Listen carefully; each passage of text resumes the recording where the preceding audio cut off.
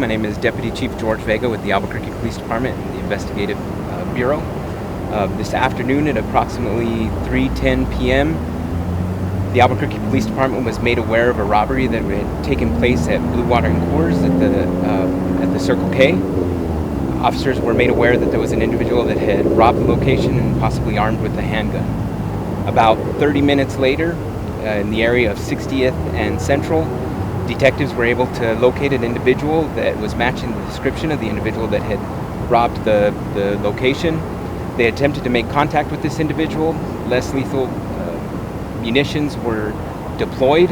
The individual fled on foot. Officers followed the individual and were, at which point a firearm was produced and shots were fired. The individual continued to run, but was later taken into custody and was taken to the University of New Mexico, where this person is listed in stable condition right now. I'd like to also point out that this is another incident where officers are coming in contact with someone who's armed. From what we know right now, this individual has a criminal history as a convicted felon, and it's just another instance that I could point out where officers are contacting somebody that should have never been in possession of a firearm. Yes. So the APD officers were detectives that shot, not uniformed? Yes. And all officers are fine. What kind of criminal history does this gentleman have? We're still looking into that, but from what we can tell, there's some property crime history, and some other history that we're looking into. So, and he is a convicted felon. Do we know what kind of firearm was brandished?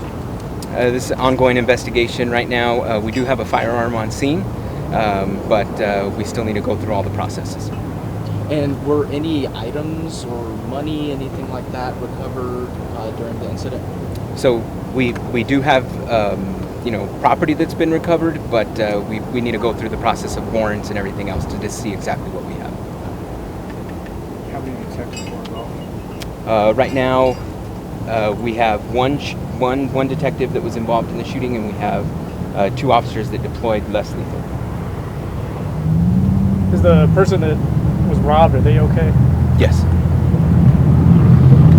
anybody else injured at all throughout all of this? No other injuries that we know of right now.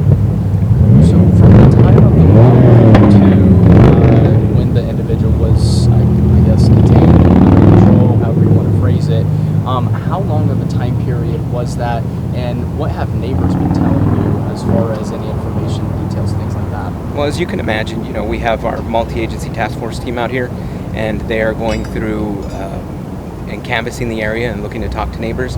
That's still going to be part of the investigation. We're very early on to be able to give that answer right now.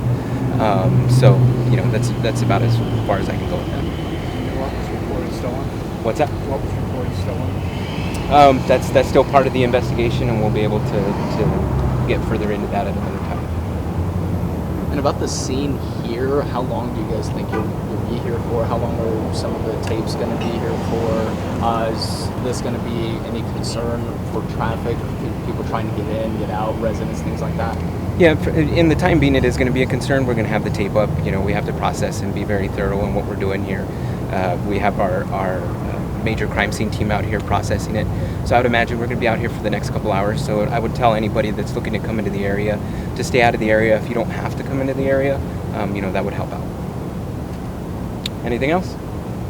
All right. Thanks, guys. I'm sorry, I do have just one quick. How large of a scene are we talking about here? 2 blocks, 3 blocks? It's spanning from Central up to, I believe that's Avalon there, and just over into the field. So, all right.